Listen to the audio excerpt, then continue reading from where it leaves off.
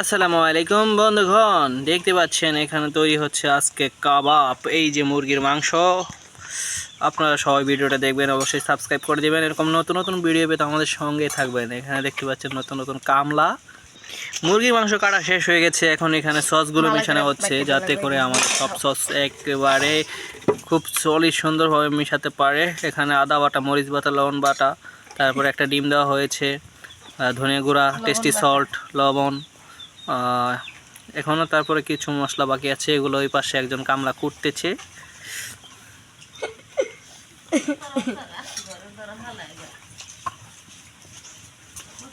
মা ভালো করে সব দিয়ে ওই যে শেষ পরে ঢোলা একটা আছে ডিম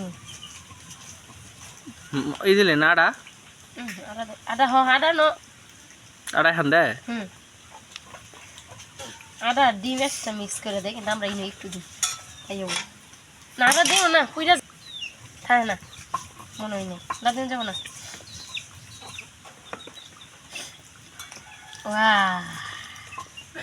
মা হান না কে আপনি?